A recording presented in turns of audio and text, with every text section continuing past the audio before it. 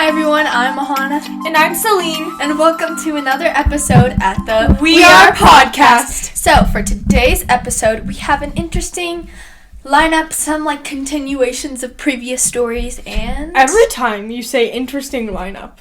Yeah. That phrase exactly. I know. So let's hope it's an interesting lineup. Because Alrighty, first off with probably the biggest headline of the week, which is, I don't know... You probably heard about it because it's everywhere, but the British lawmaker David Amess was murdered in a knife attack. So, that doesn't sound good. Yeah, everyone's depressed. So I apologize to people in the British British nation. Yeah. British world. People in Britain that are experiencing some sadness for their Parliament, I guess, but sorry to you and sorry to his family and anyone who knew him. So David Amess, in case y'all didn't know, because we're American based, so we're not very well versed in other countries. Yeah. But in case you didn't know, he was a conservative backbencher for nearly 40 years, and he entered the Parliament in 1983 as the MP for Basildon. He held the seat in 1992 and then switched to the South and West at the 1997 election. And he was known for being a very strong Roman Catholic individual. And he was known to be socially conservative, a campaigner against certain rights and on animal welfare issues. He was also known for his championing of the South End, including a long-running campaign to win city status for the town. So he was a member of Boris Johnson's Conservative Party, and he died after being stabbed several times at the constituency meeting east of London. So he was 69, and he represented the South and West in Essex, which is a place in Britain, and he was attacked about midday and Friday, and yeah, it was just next to the Methodist Church on Leigh-on-Sea, and he was treated with emergency services, but he died at the scene actually. Essex police said, and so the attacker, he was said to be a 25-year-old man, and the scene, an officers arrived and the knife was recovered. So the man arrested was believed to be a British national of Somali heritage, which is in Asia. And official sources have told the UK that official sources have told the UK national agency PA Media that he is now detained under the Terrorism Act 2000, and his name is said to be Ali Harbi Ali, and yeah, he actually previously was suspicious, I think. He was referred to the counter-terrorist program a couple years back, and they didn't really mark him down very much, but he was trying to be stopped from being radicalized a couple years back, which is being an extreme individual of religion, and so that's interesting to know. And yeah, definitely, wow, he's interesting. Yeah. That's a lot of I think even Boris Johnson spoke out about it, saying that he's sad about it. And also the St. Peter's Catholic Church father spoke out, said that David was a good man. So wow, that's a big deal. Yeah, it is, especially for that country too. Yeah, because we may not live in that country, but still, I mean, it's headlined everywhere. Yeah, and it even if something doesn't happen in our country specifically, it still impacts kind of everything everywhere. Yeah, it's All right, so the next update we have is about fatalities and injuries reported at a Shiite mosque in Afghanistan.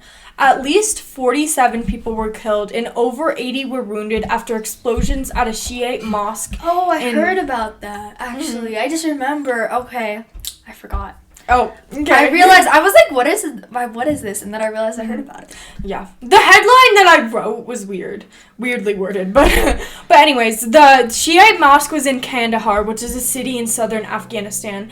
eyewitnesses had described 3 suicide attackers. One of them blew himself up at the entrance, and the other 2 set the devices off inside the building. So the mosque where these explosions took place was called Imam Barag. I'm sorry if I pronounced that wrong. Barga, sorry. And it was full of people because at the time, people were actually holding memorial prayers for the victims of a previous bombing in the Kundu province, which had happened like a week prior to this one. And this bombing is the deadliest day since the U.S. military withdrawal, which is really huge. So, the attack took place a week after ISIS took responsibility for a suicide bombing that killed 46 worshippers at a Shiite mosque in the city of Kunduz. Like I said, there were people at this other mosque who were like holding memorials. So ISIS saw this. ISIS was the one who also led the attack on this mosque too. Which is really weird because they're all part of like Islam, right? Yeah, I'll get into that. It's really weird. But basically, they saw this as an opportunity because there were so many people gathered at the Shiite mosque. So they're like, oh, this is perfect. This is a perfect target, you know? So there are 2 different main branches of the Islam religion, and they're Sunni and Shiite or Shia. Okay. So, although they're both part of Islam, they do have like a fundamental difference with their religion, and the Sunnis make up about 80% of Muslims, and the Shiites make up the other like small portion of like 10 to 15%. So the main difference between the 2 branches is their belief on who should succeed the Prophet Muhammad. So they have a difference in religion between that, and because of that it kind of separates them and polarizes them from each other. So ISIS views Shiite Muslims as not Muslims and as enemies to the Islam religion and people who deserve to die just because they have a simple difference in their viewing of the Islam religion. So yeah, that's kind of why ISIS has taken part in many attacks that have been specifically targeted to Shiite Muslims.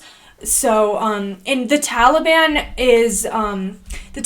group is Sunni, but they said they would protect anyone no matter if they're Shia or Sunni, but this is kind of undermining their efforts to say we're protecting our citizens because here there are being attacks by ISIS killing, 47 people and wounding 80. So it does not look good for the Taliban, and obviously it's awful for all those people who were in the mosque at the time and just doing their thing, and then they got, their mosque was exploded just because they were believing what they believed, basically just because of their religion. So all right, so yeah, ISIS is Sunni, right?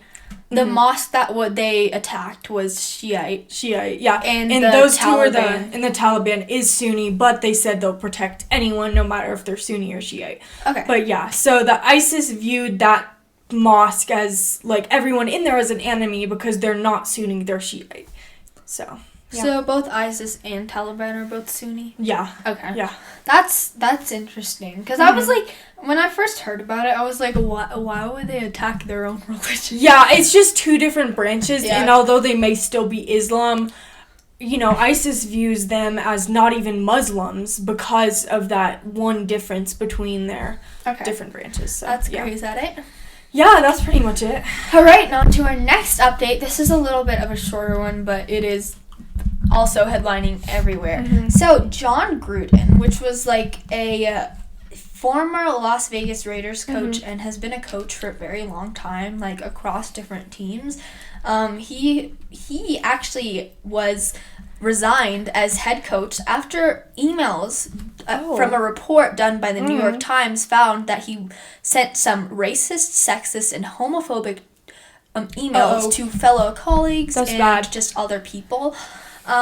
So it was I looked at like some of like the emails and it was really bad. Really? Yeah. So he actually attacked like a lot of fellow football enthusiasts per se, and a lot of them included like Commissioner Roger Goodell, who who like worked as an analyst on ESPN's Monday Night Football, and so they were uncovering these emails were from 2010 to 2018, and that he used a lot of like foul language and it's just not good. Yeah. So he actually referred to like Goodell, which is like the ESPN reporter, on several occasions as homophobic slurs and explicit,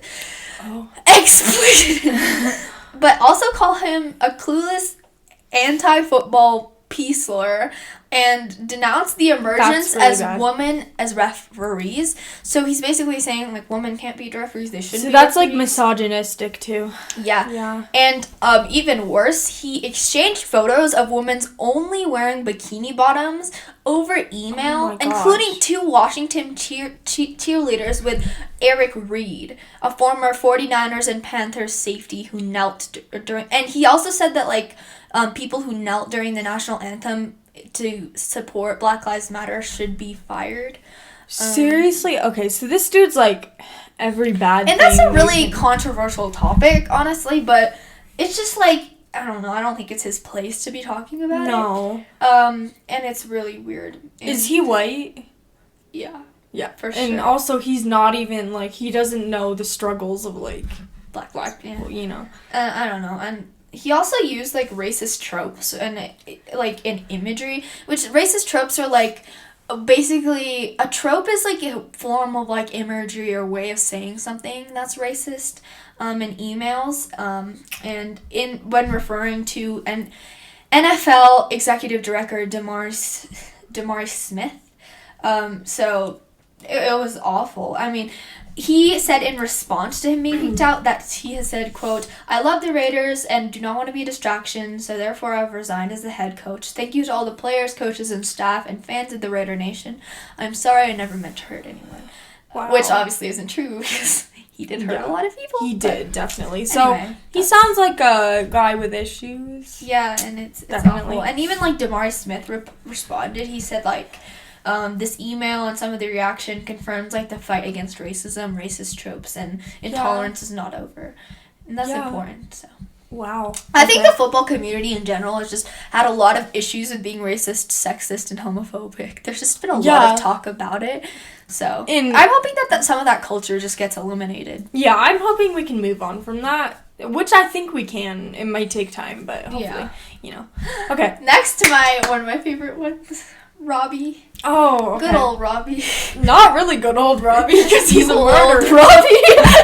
Yeah. Okay, so I've talked about Robert Durst in a previous episode. And I'm just gonna give a little background on this dude, just in case you haven't watched the last episode, but please check it out if you want more in-depth information. So he's the son of a New York City real estate agent and the head of the Durst organization, which is a family-run real estate company. And he is suspected of killing his wife, Susan Berman, and he was accused of killing his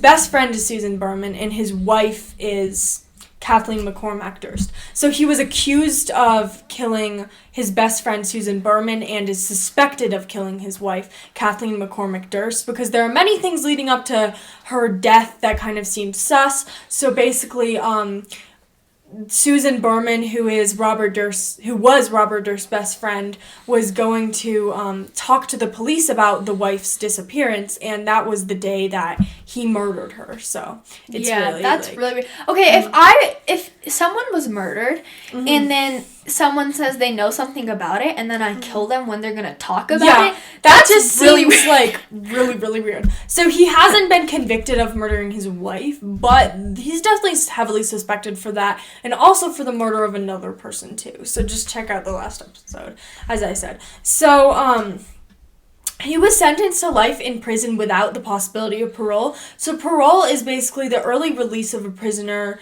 if they agree to certain conditions. Like, we'll let you out a year early if you agree to do this and, like, see a probation officer or something, you know? So, by the way, Robert Durst is not doing so well. He has bladder cancer and... Oh, I'm sorry.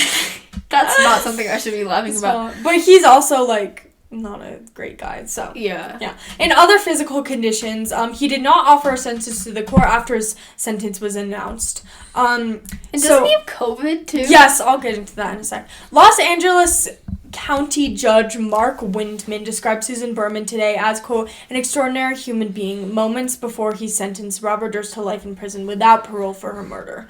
So, the jury agreed that the case met special circumstances, which would make it okay to sentence him to prison without the possibility of parole. Yeah. So, update, because I was doing this before, and that was complicated. Ignore me. Okay, so Robert Durst, has contracted COVID-19 and is on a ventilator, which is not good. So, his attorney said, quote, all we know is he's tested positive for COVID-19. He's in the hospital on a ventilator. He looked awful Thursday, worst I've ever seen him. He was having difficulty breathing. He was having difficulty speaking. Is he vaccinated? Do you know? I'm not sure about his vaccination status, no. Okay.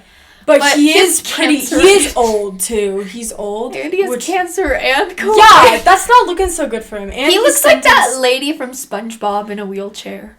Oh, yeah. You know, like that shriveled up lady. Yeah. And he was also sentenced to, like, prison without parole. So, let's just say his life's not looking so good for him right now. But, you know, I mean, he did murder. He looks so innocent to me, but really? He's not. I don't know why. It depends on the photo. But he did murder, like... He looks like the shrivelly lady from SpongeBob. That's great. Your comparisons are hilarious. Anyways. All right. Last update for the day is about something that was also, like, really weird, but also kind of... What is it with these? Okay, half of these updates are, like, funny to me, and they should not be, but they are. And I'm like, I should not be laughing. That's, like... That's what happens when you, like, do news updates every week. You find entertainment in things that aren't. They're not funny. This isn't funny at all, and actually, like, for the people that, like, the victims, I'm extremely sorry for you, but it's just, like, the way that it happened was just so far-fetched to me that it's, like... I feel like some of our updates are the most, like, weird, you could never imagine it, like, it's so out there that you're like, is this real? You know? But it is. Anyway, so this update is multiple people were killed in a bow and arrow attack in Norway from someone who recently converted to Islam. So Islam is a religion, and we talked about it. We just talked about Islam. Muslims are a name for people who believe in Islam. Yeah. And who follow it. And, like, it's a very, like, I think, like, a lot of people convolute the religion into something that it's not. Yeah, I think mainly because of the 9/11 attacks. Yeah, so before I, like, get into it, I just want to say that, like, just because, like, this person was Islam and they believe it's the reason he did this shooting, it's because he took it into a very radical and, like, extreme perspective of what the religion should be. And it's, of course, not representative of everyone in that religion, so we just want to add that beforehand, just to clarify. Okay, so... To get into it, 4 women and a man were killed and 2 others were wounded when a man used a bow and arrow to attack them in Norway.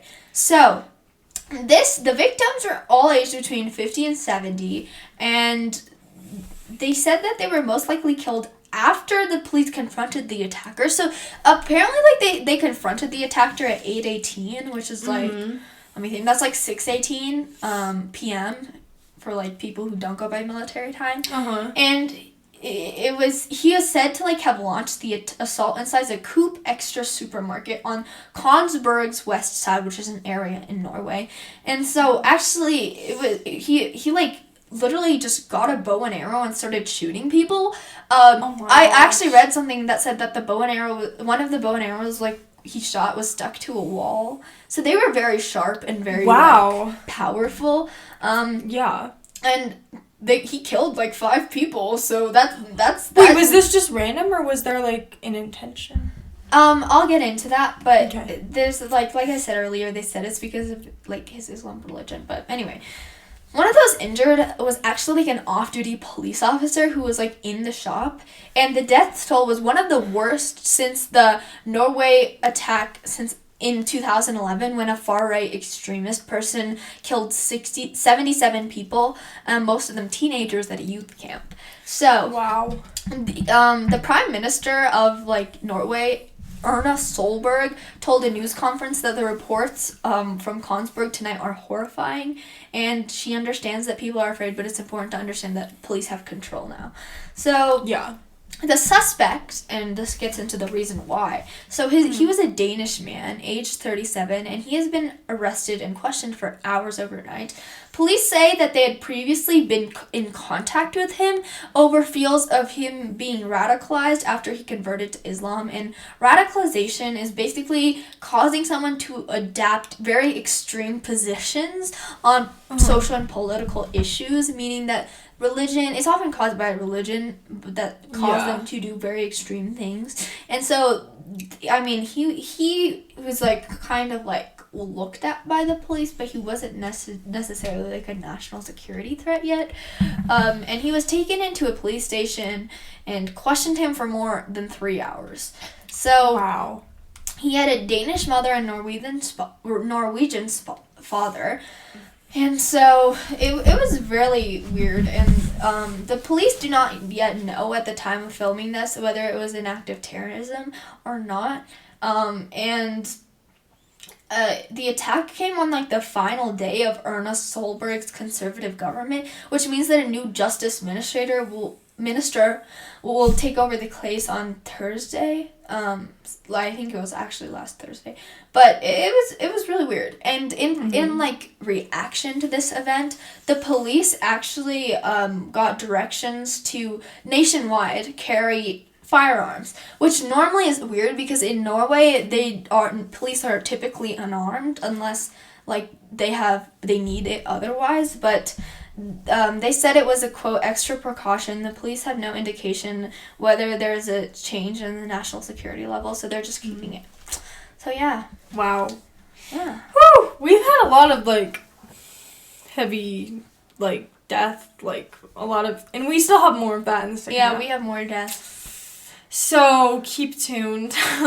On a sad note, but it's also important to know. Yeah. So, again, sorry to everyone who's, like, lost someone. And, you know. And it's scary. Definitely. And I think it's important to know these things, even if they don't happen to you or anyone you know, or even in your country, just because they are affecting people around you. And I think it's important to address that and acknowledge that. So. And also, all the sources for all of these will be linked in our bio, so check those out. And let's go on to the second. All right. Bye.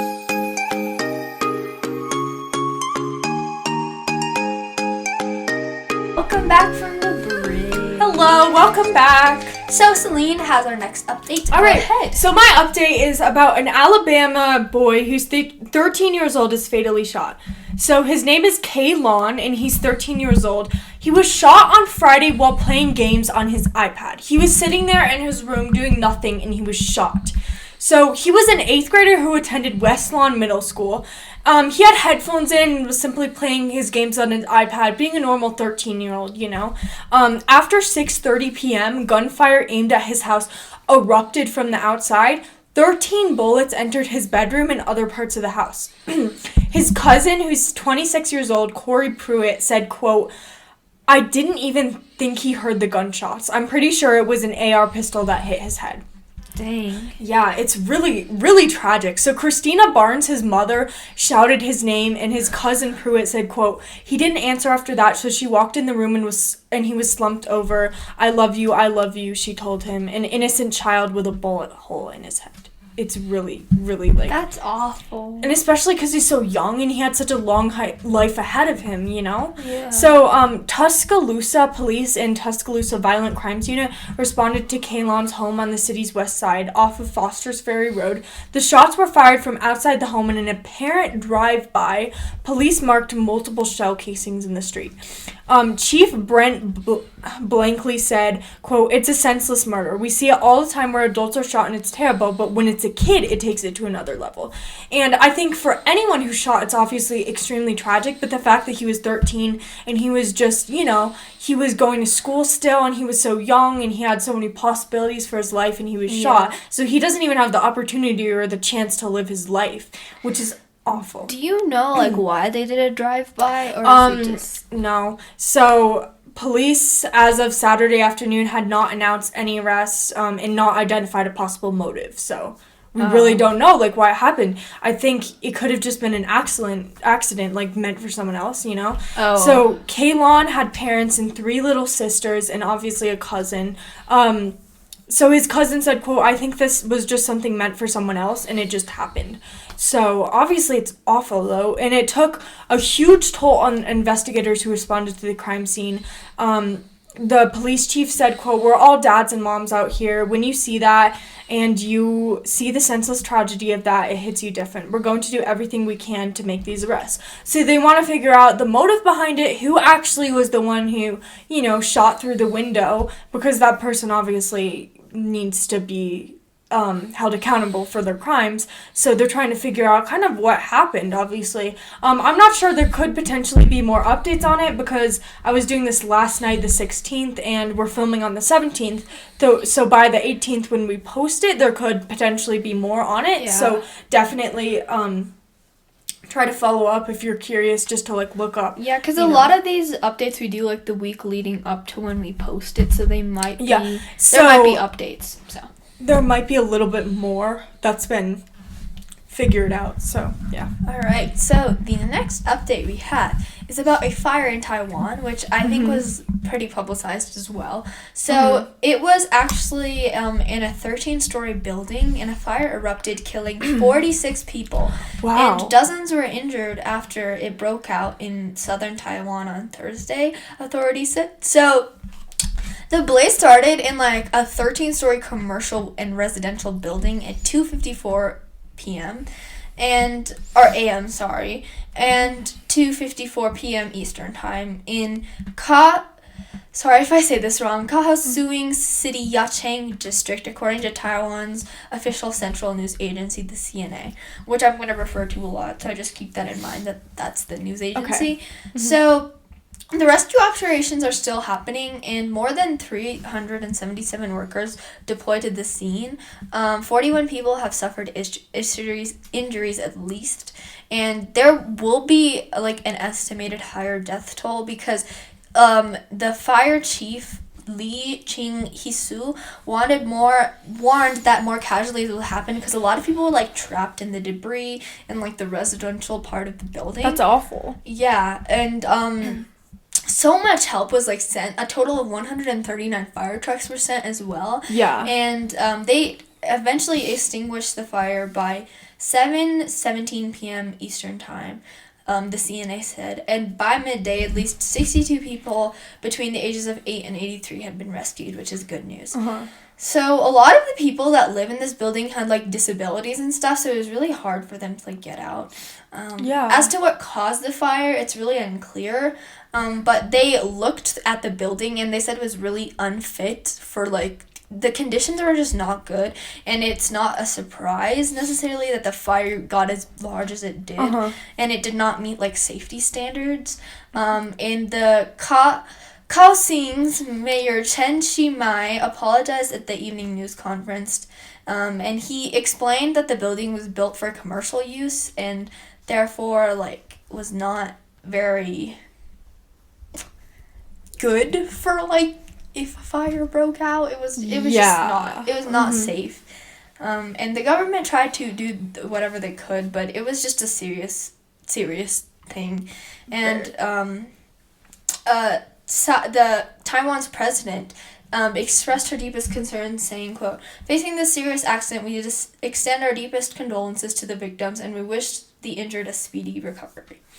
So that's that. Wow. So, you know, obviously those firefighters, anyone who's out there just helping people, incredibly brave, and obviously it's a terrible event, you know, but yeah. I think it's amazing that we have ways to respond to situations and have people, like doctors and firefighters, who just dedicate their life to, like, saving people's lives. That's pretty amazing. So that's on the bright side of things. Obviously there is a dark side to it too. But all right, now let's do some COVID information. So, CDC data shows that risk of dying is 11 times higher for unvaccinated people. Are we surprised? I mean, I'm not surprised, but I feel like just the fact that it's 11 times higher is kind of... That's a lot. That's a lot. So, the risk of dying in August was 11 times higher for unvaccinated adults than for fully vaccinated adults in the U.S., according to a study published by the CDC. The CDC is legit, so It's like, very, very this is reliable. So definitely. On top of and it's not representative of the whole population. It's only 30%, but from that small portion, you can still Yeah, I'd say it's a pretty accurate representation. Definitely. Yeah. So on top of this, unvaccinated adults also face a 6 times higher rate of just testing positive for the virus. And get this, the risk of being hospitalized was 19 times higher for unvaccinated adults. That's huge. That's big. Yeah. So 16 times? Yeah. That's or insane. 19 times. 19 times. 19 times. Whoa. Yeah. That I can't I'm not would that you shocked. rather I guess, have but, like a D or a 19 times higher percent chance of getting like a better grade? Exactly. Just So saying. since April, the risk for fully vaccinated adults has been higher than 1.2 deaths per 100,000 people. And yeah, so although it only represents 30% of the population, it definitely goes to show a lot about vaccination status and just vaccination. About 77% of the eligible population, people 12 and older, have now got at least one shot of vaccine, but the Biden administration has urged the remaining 23% to get the shots. And they've been turning to vaccine requirements and like giving incentives to kind of try to get people to get vaccinated. So President Joe Biden said, quote, "Now is not the time to let up. We're in a very critical period as we work to turn the corner on COVID-19. First, we have to do more to vaccinate the 66 million unvaccinated people in America. It's essential."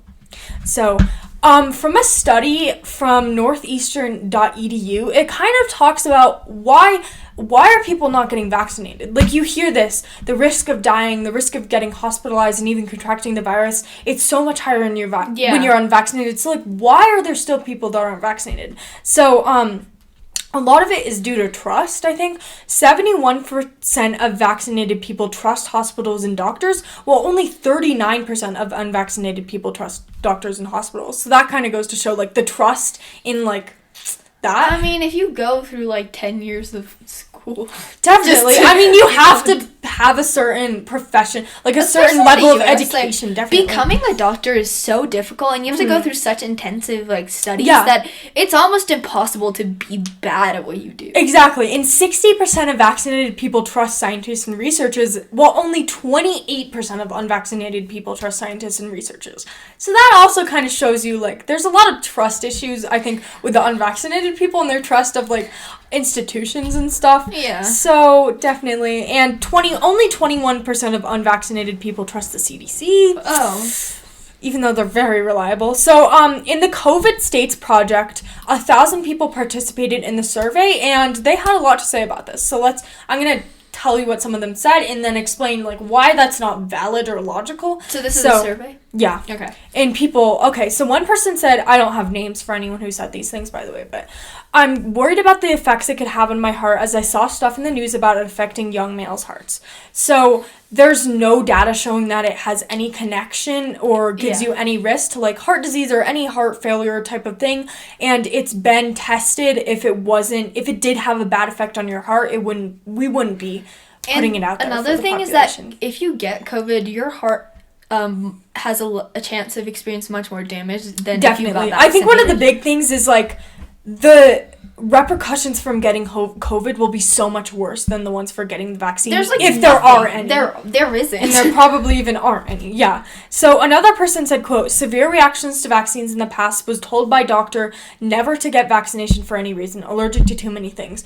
So, when you get the vaccine, you can actually stay there for like an extra, 30 minutes or however long you need to make sure you don't have a severe allergic reaction.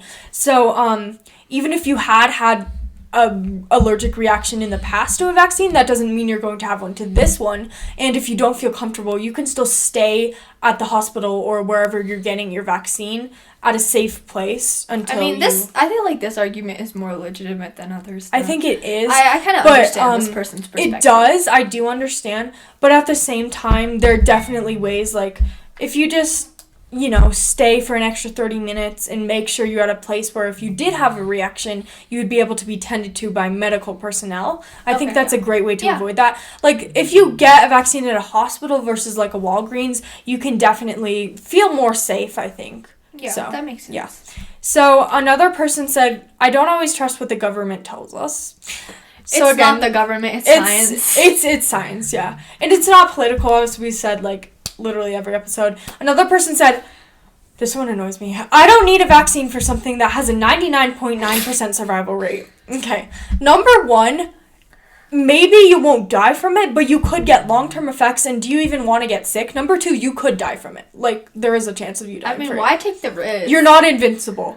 And number three, it's not worth the risk to not get the vaccine. And the vaccine is it's just like a poke in the arm. It's actually crazy how many kids at school that are unvaccinated that have gotten sick. Like, I know at least, 20 unvaccinated people that have gotten sick, and they said, oh, I don't need it because I've gotten it before and I'm immune. Yeah. Or, the chances are low. And no, but the antibodies fade away over time, and no one's invincible, Yeah. Even if there is a higher survival rate, you've seen all the stories about the people who have died in the hospitals being filled and the ventilators, so do you really want to go through that? So, yeah.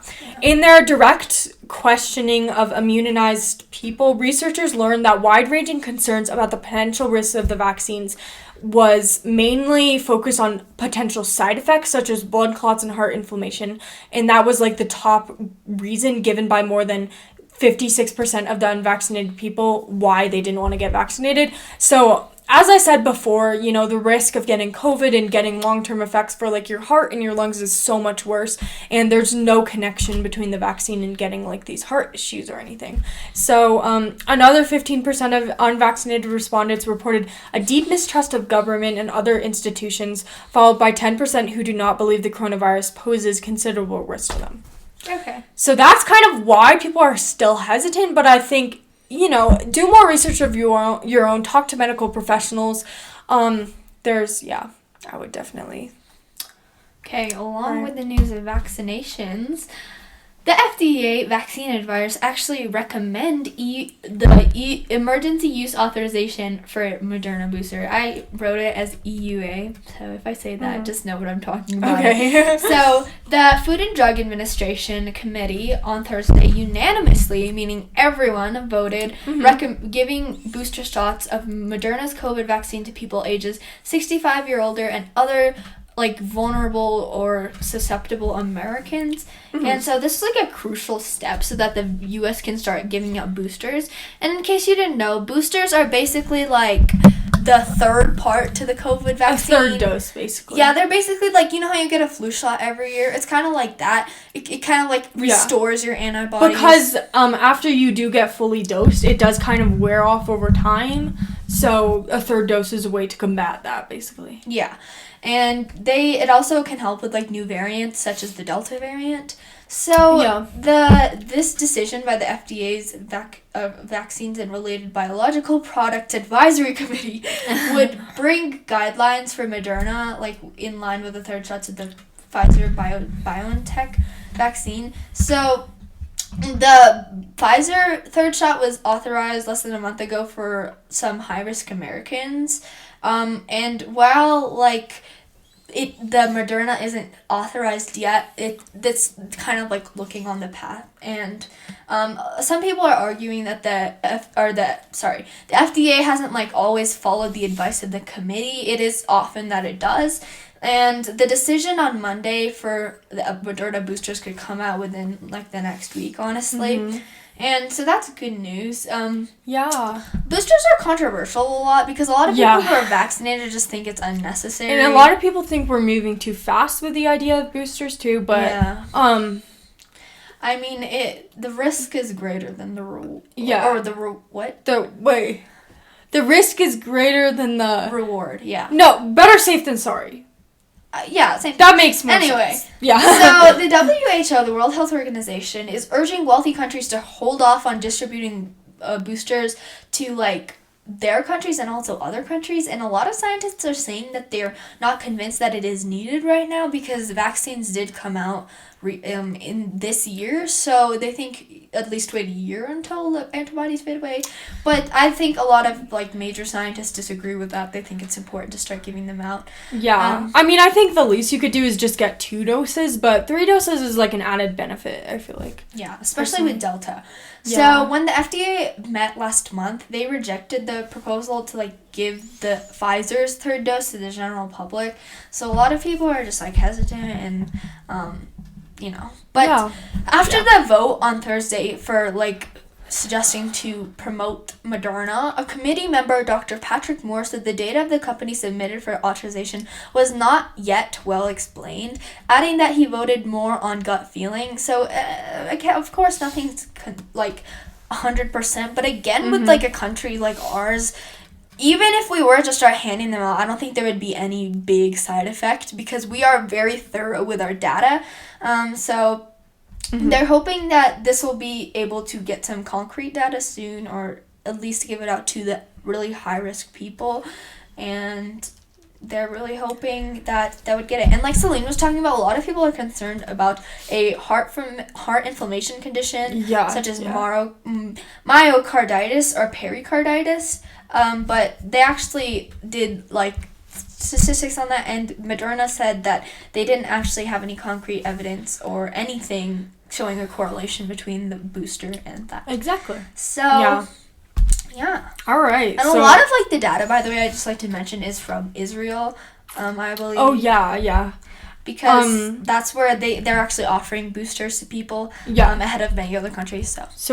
Okay. So last update is that Senator Joe Manchin won't support a key climate program. So Joe Manchin, what is Joey doing now? I've mentioned him. He's a very moderate Democrat, and he's the senator of West Virginia, by the way.